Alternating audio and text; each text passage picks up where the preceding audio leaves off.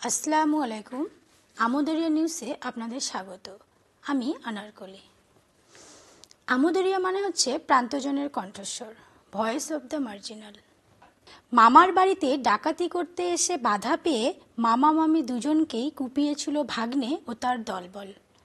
জখম হয়েও মামি মরার মতো পড়েছিলেন। চোখের সামনে স্বামীকে খুন হতে দেখেছেন। তাদের দুই নাবালক সন্তান চুপিসারে পালিয়ে প্রতিবেশীদের ডেকে আনে। তারপরে অভিযুক্তরা ধরা পড়ে।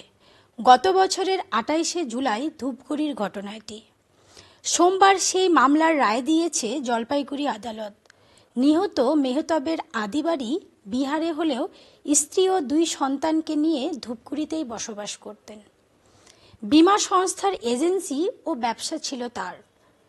আফতাব মামার ব্যবসা দেখাশোনা করতেন। পরে দিল্লি চলে গিয়েছিল তিনি। আচমকা এক রাতে ৫ সঙ্গীকে নিয়ে গভীর রাতে জানলা ভেঙে মামার বাড়িতে হামলা চালায়। মেধা তালিকায় নাম না থাকা প্রার্থীরা উচ্চ প্রাথমিকে ১৪,০৫২ জন শিক্ষক নিয়োগ নিয়ে সুপ্রিম কোর্টের দ্বারস্থ হয়েছিলেন। মঙ্গলবার তাদের আবেদন খারিজ করে দিয়েছে সুপ্রিম কোর্ট। ফলে উচ্চ প্রাথমিকে নিয়োগের ক্ষেত্রে আইনি জটিলতা দূর হলো। সোমবারেই উচ্চ প্রাথমিকের প্যানেল প্রকাশের তারিখ জানিয়ে বিজ্ঞপ্তি জারি করেছিল Paschimbanga central school service commission. বিজ্ঞপ্তিতে বলা হয়েছিল সেপ্টেম্বরে প্রকাশিত হবে সেই প্যানেল।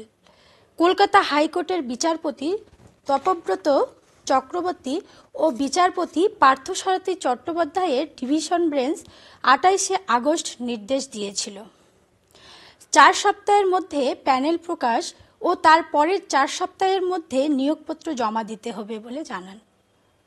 এই নির্দেশকে চ্যালেঞ্জ করে সুপ্রিম কোর্টে আবেদন জানান তালিকায় নাম না থাকা প্রার্থীরা। সুনিতা উইলিয়াম এবং বুশ উইলমারকে উদ্ধারের জন্য আন্তর্জাতিক স্পেস স্টেশনে ক্রু ৯ মিশনের জন্য প্রস্তুতি শুরু করেছে নাসা এবং স্পেস এক্স। বৃহস্পতিবার ২৬শে সেপ্টেম্বর মহাকাশে পাড়ি দেওয়ার কথা মিশনের রকেটের। সুনিতা উইলিয়ামস এবং বুশ উইলমারকে ফেরানোর জন্য এই মহাকাশযান পাঠানো হচ্ছে। সব ঠিক থাকলে ২০২৫ সালের ফেব্রুয়ারি মাসে ফেরানো হবে সুনিতাদের। নতুন ক্রু ৯ মিশনের মহাকাশযানের লক্ষ্যে পাড়ি দিচ্ছেন দুই নভশ্চর। মহাকাশযানে ২টি ফাঁকা আসন রাখা হচ্ছে সুনিতা ও বুচের জন্য। কিন্তু একটি সাইক্লোন আসছে বলে আভাস পেয়েছেন বিজ্ঞানীরা। তাতেই দুশ্চিন্তা বেড়েছে। আজ এ পর্যন্তই। আবার আসবো নতুন কোনো খবর নিয়ে। আল্লাহ হাফেজ।